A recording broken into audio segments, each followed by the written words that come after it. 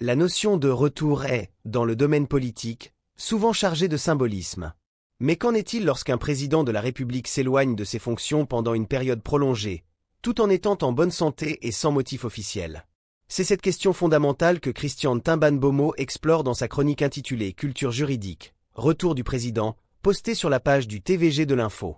À travers une analyse pointue, il aborde les implications juridiques et politiques d'une telle absence, remettant en cause la validité de l'exercice du pouvoir en dehors du siège officiel de l'institution présidentielle, en l'occurrence Yaoundé pour le Cameroun.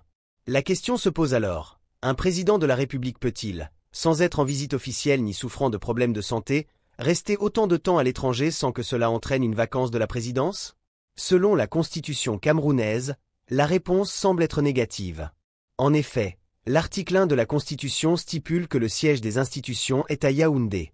Le président, en tant que chef de l'exécutif, doit y exercer ses fonctions, sauf lorsqu'il est en déplacement officiel ou pour des raisons médicales avérées. Par conséquent, travailler et vaquer à ses occupations, à Genève, comme cela a été mentionné dans le communiqué officiel du ministre, directeur du cabinet civil, constitue une violation des textes constitutionnels du Cameroun. Cette situation devient encore plus préoccupante lorsque l'on examine de plus près les termes utilisés par Ntimban-Bomo. Il parle des « abandons de poste », terme juridique qui, dans le langage courant, équivaut à une démission tacite.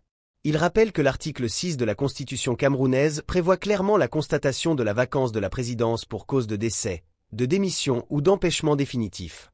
Si un président de la République, bien qu'en bonne santé, décide de travailler hors de son pays sans raison officielle, son absence prolongée peut être perçue comme un abandon de ses responsabilités, un acte qui équivaut à une démission.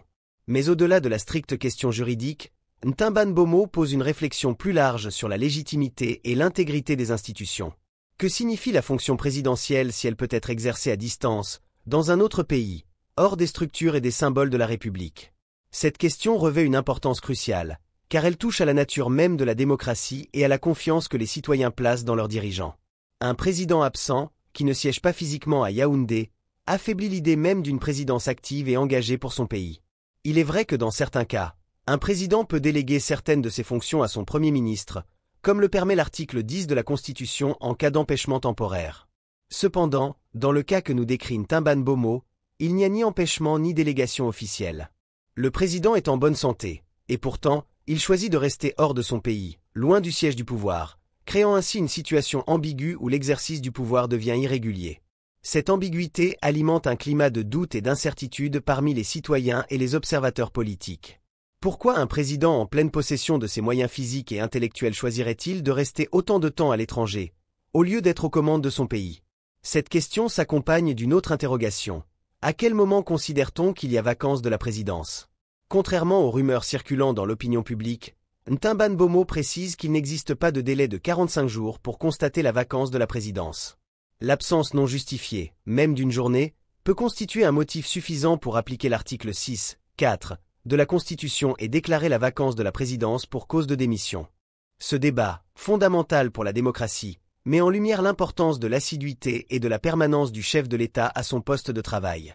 L'absence prolongée et non justifiée d'un président remet en question la continuité de l'État et l'intégrité des institutions. Loin d'être une simple question administrative, cela touche au cœur même de la gouvernance et de la légitimité politique. L'analyse de Ntimban-Bomo résonne particulièrement dans le contexte actuel où les citoyens sont de plus en plus attentifs aux actions de leurs dirigeants et où la transparence est devenue un mot d'ordre. Les longs séjours à l'étranger d'un président, surtout sans mission officielle, suscitent inévitablement des interrogations et des suspicions sur les raisons réelles de ces absences. Dans le cas présent, il est troublant de constater que cette absence prolongée se déroule dans un pays étranger, loin de Yaoundé, le siège officiel de la présidence. Cette situation particulière au Cameroun trouve écho dans d'autres pays où des présidents ont été absents pour diverses raisons, que ce soit pour des raisons de santé ou des voyages diplomatiques prolongés. Cependant, dans la plupart des cas, ces absences sont justifiées, et des mesures sont prises pour assurer la continuité de l'État, que ce soit par une délégation de pouvoir ou par des communiqués officiels expliquant les raisons de l'absence. Dans le cas que soulève Ntimban-Bomo, il n'y a ni délégation, ni explication claire.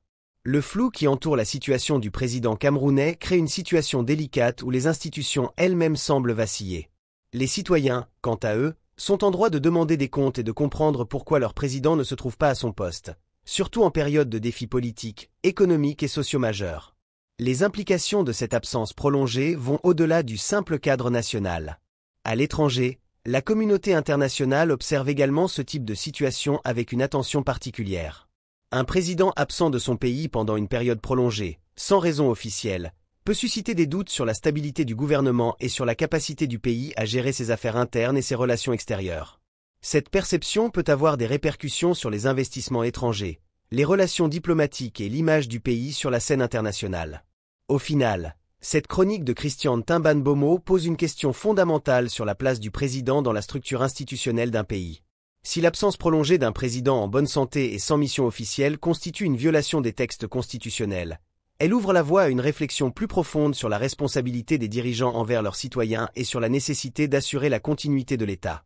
En conclusion, la situation que décrit Timban-Bomo dans cette analyse juridique est non seulement préoccupante, mais aussi révélatrice des défis auxquels sont confrontées les démocraties modernes. La constitution camerounaise, comme celle de nombreux pays, impose des règles strictes quant à l'exercice du pouvoir présidentiel. Ces règles ne sont pas seulement des formalités, mais des garanties essentielles pour la stabilité et la transparence de l'État. Lorsqu'un président, volontairement ou non, s'écarte de ses obligations, cela remet en question la légitimité de son mandat et la confiance que les citoyens placent dans leurs institutions. La longue absence du président camerounais, sans raison valable et en dehors de toute mission officielle, soulève donc des interrogations légitimes sur la vacance de la présidence. Le retour du président à son poste ne peut être simplement perçu comme un acte administratif, mais comme un impératif démocratique pour restaurer la confiance dans les institutions et assurer la continuité de l'État.